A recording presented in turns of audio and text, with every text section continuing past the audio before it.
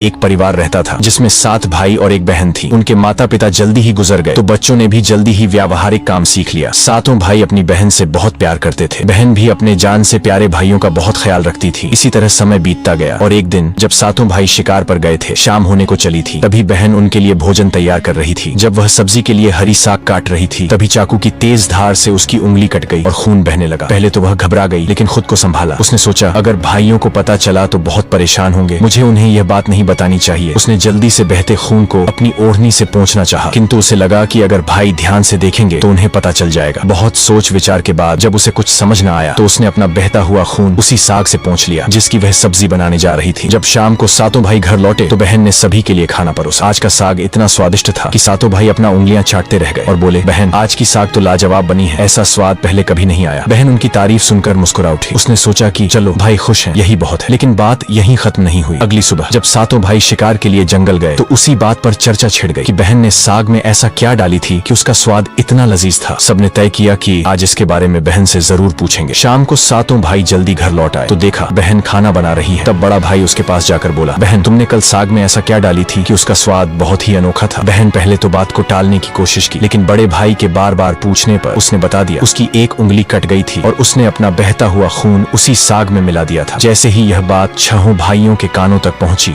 तो मानो उनके चेहरे के भाव ही बदल गए। शाम को जब सातों भाई एक साथ बैठे थे तो बड़ा भाई बाकी भाइयों से कहने लगा, सोचो जब बहन के खून की चंद बूंदें इतनी स्वादिष्ट हैं तो उसका मांस कितना स्वादिष्ट होगा। बाकी भाई भी इस क्रूर विचार पर सहमति जताते हुए बोला, हाँ अवश्य ही, बहन का मांस बहुत ही स्वादिष्ट होगा। अब 6 भाइयों को बहन का मांस खाने की लालसा जाग उठी, परंतु सबसे छोटे भाई को यह सुनकर गहरी बेचैनी हुई। उसने सोचा, कैसे हो सकता है कि कोई अपनों के साथ इतना भयानक विचार करे। तभी बड़ा भाई बोला, कल ही हम लोग बहन को शादी का झांसा देकर जंगल ले जाएंगे और तीर मारकर उसको मार डालेंगे, फिर उसका स्वादिष्ट मांस खाएंगे। सभी भाइयों ने हामी भरते हुए बड़े भाई की बात मान ली, लेकिन छोटा भाई अपने भाइयों की बातें सुनकर बहुत परेशान होने लगा। वह अपनी प्यारी बहन को बचाने के लिए बेचैन सा हो गया। वह खुलकर इसका विरोध नहीं कर सकता था क्योंकि छहों भाई एक तरफ थे। अगले दिन बड़े भाई ने बहन को बड़े प्रेम से बुलाया, प्यारी बहन तुम अब शादी के लायक हो गई हो। हमने तुम्हारे लिए एक बहुत ही सुंदर और योग्य वर खोज लिया है। आज हम तुम्हें उसका घर दिखाने ले चलेंगे, तुम तैयार हो जाओ। बहन यह सुनकर बहुत खुश हुई। आखिरकार वह भी अपना घर परिवार बसाने का सपना देख रही थी। वह उत्साह से तैयार हुई और अपने भाइयों के साथ चल पड़ी। रास्ते भर बहन खुश थी, लेकिन इतनी दूर तक चलने के कारण बहन पूरी तरह से थक चुकी थी। तब उसने बड़े भाई से पूछा, भैया मेरा ससुराल अब कितना दूर है। बड़ा भाई मुस्कुराया और सामने की तरफ इशारा करते हुए बोला, देखो वह रहा तुम्हारा ससुराल, वहाँ तुम रानी की तरह राज करोगी। बहन यह सुनकर बहुत खुश हुई और उत्साह से आगे की ओर बढ़ने लगी। लेकिन जैसे वह थोड़ा आगे बढ़ी ही थी कि अचानक उसके सभी भाइयों ने उसे पकड़ लिया। बहन कुछ समझ पाती उससे पहले ही भाइयों ने उसे पेड़ से बांध दिया। भैया ये क्या कर रहे हो, उसने घबरा कर पूछा, पर उसके भाइयों के चेहरे पर अब किसी प्रकार की दया या प्रेम नहीं था। बड़े भाई ने आदेश दिया, इसे कसकर बांध दो। अपने सभी भाइयों को हत्यारे के रूप में देखकर बहन का हृदय दहल उठा। वह फूट फूट कर रोने लगी और भगवान को याद करते हुए कहने लगी, हे भगवान, मेरे अपने ही भाई मेरी हत्या करना चाहते हैं, क्या इनमें से कोई भी मेरे लिए दया या प्रेम नहीं रखता। उसकी बातें सुनकर छोटे भाई की आंखें भर आईं। उसका हृदय कांप उठा, लेकिन छहों भाइयों के खिलाफ जाने की हिम्मत उसमें नहीं था। बहन को बांधने के बाद बड़े भाई ने सबको बारी बारी से उस पर बाण से प्रहार करने का आदेश दिया। बड़ा भाई अपनी बहन पर पहला तीर चलाने ही वाला था, तभी बहन भाई के सामने करुण स्वर में गाना शुरू कर दी, मारो मारो भैया, छाती में लक्ष्य करके भैया, छाती में लक्ष्य करके, तुम्हारा तीर जंगल को जाएगा भैया। बड़े भाई ने कठोरता से तीर चलाया,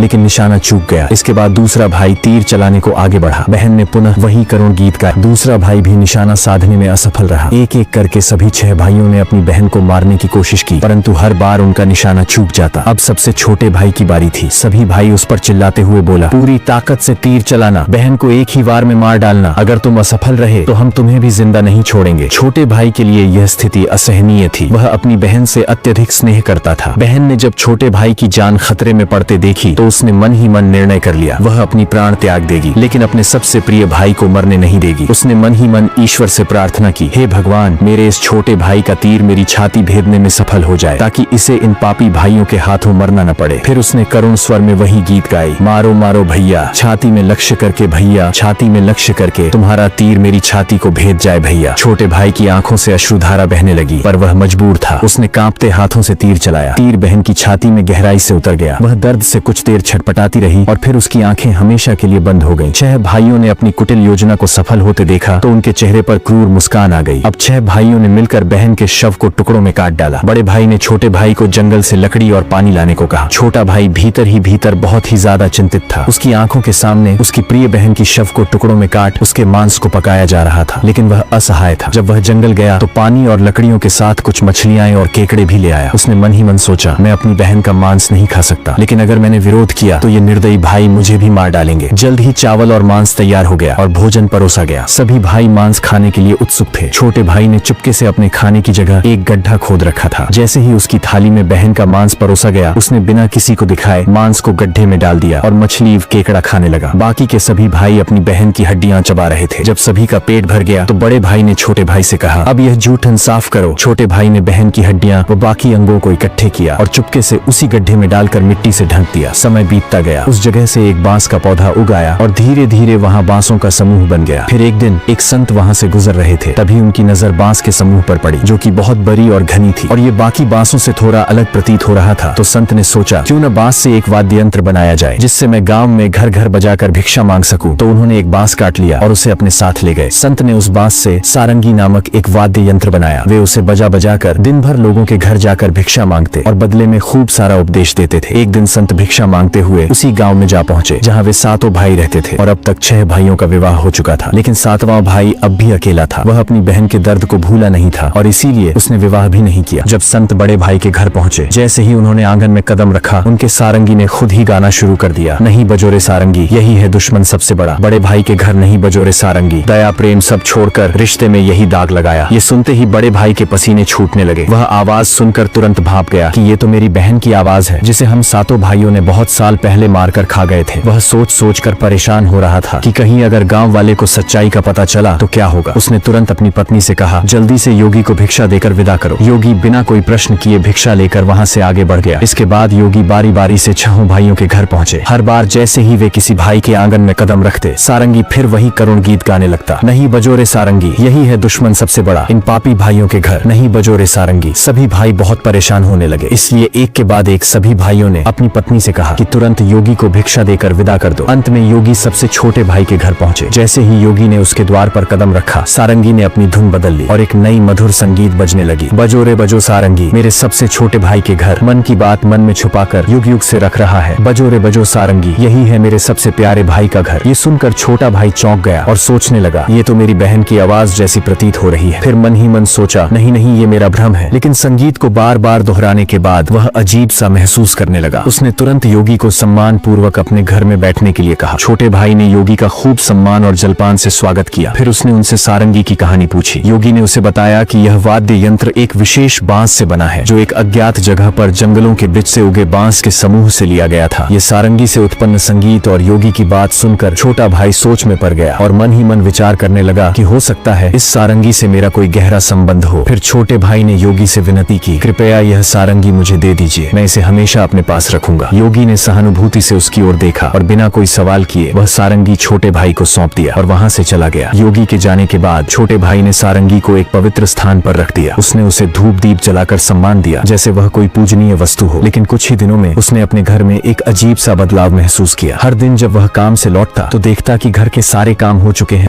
घर एकदम साफ सुथरा मिलता, बर्तन भी साफ होते थे। शुरू में उसने सोचा कि शायद कोई पड़ोसी या भाभियां मदद कर रही होंगी, लेकिन जब यह सिलसिला रोज रोज दोहराने लगा तो उसका संदेह बढ़ने लगा। उसने अपनी भाभियों के घर जाकर पूछा, क्या मेरी गैर मौजूदगी में आप लोग मेरे घर की सफाई करती हैं? भाभियां चौंक गईं, हमें तो अपने ही घर के कामों से फुर्सत नहीं मिलती, तुम्हारा घर हम कैसे साफ करें? अब छोटे भाई की जिज्ञासा बढ़ गई। उसने सच जानने का फैसला किया। जब रात हुई तो वह बिना आवाज किए घर के एक अंधेरे कोने में छुप गया। आधी रात के करीब एक हल्की सरसराहट सुनाई दी। छोटे भाई की सांसें थम गईं। कुछ ही क्षणों में सारंगी से हल्की रोशनी निकलने लगी। अचानक सारंगी के भीतर से धीरे धीरे एक परछाई सी उभरी, जो धीरे धीरे एक लड़की की आकार लेने लगी। छोटे भाई ने जो अपने आंखों से देखा वो अविश्वसनीय था। सारंगी से एक सुंदर युवती प्रकट हुई, लेकिन जब वह दिए की रोशनी में आई तो छोटे भाई का दिल जोर से धड़क उठा। वह युवती बिल्कुल उसकी मृत बहन जैसी दिख रही थी। वह चुपचाप घर की सफाई करने लगी। उसने एक एक सामान को उसके सही स्थान से लगाया, बर्तनों को धोया और फिर घर की सफाई करने लगी। उसकी हर हरकत में अपनापन था, जैसे वह किसी अपने के घर को सहेज रही हो। युवती ने धीरे धीरे अपने काम खत्म किए और फिर जैसे आई थी वैसे ही सारंगी में समाने लगी। छोटे भाई हिल भी नहीं पा रहा था। जब वह पूरी तरह सारंगी में समा गई तब जाकर उसने राहत की सांस ली। अगले दिन उसने यह रहस्य अपनी बड़ी भाभी को बताया। बड़ी भाभी कुछ देर चुप रही, फिर गंभीर स्वर में बोली, अगर यह सच है तो मैं तुम्हें एक उपाय बताती हूँ, तुम ध्यान से सुनो। जब वह सारंगी से बाहर आए तब तुम तुरंत उस सारंगी को आग में डाल देना और उस पर गंगा जल छिड़क देना। इससे वह आत्मा अपने पुराने शरीर के बंधन से मुक्त हो जाएगी।